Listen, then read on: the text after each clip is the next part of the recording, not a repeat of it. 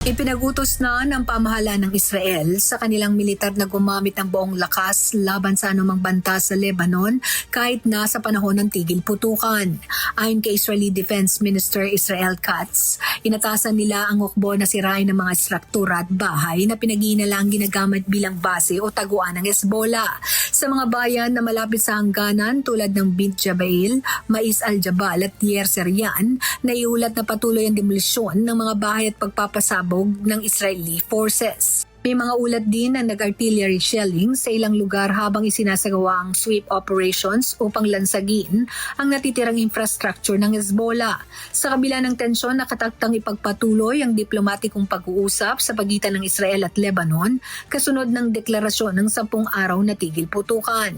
Layunin ng mga pag-uusap na itigil ang mga labanan, tapusin ang presensya ng Israel sa Timog Lebanon at ipwesto ang Lebanese Army na may kinikilalang hangganan. Sa panig ng Israel ay ginit nila na bahagi ng negosyasyon ng pagdisarma sa Hezbollah at pagtiyak na hindi na ito muling magiging banta sa kanilang mga komunidad. Matatanda ang mahigit sa 2,000 ang nasawi sa Lebanon at higit sa 1 milyon ang na-displace mula ng sumiklab ang labanan noong Marso. Lynn Perez sumahataw sa Balita Ngayon.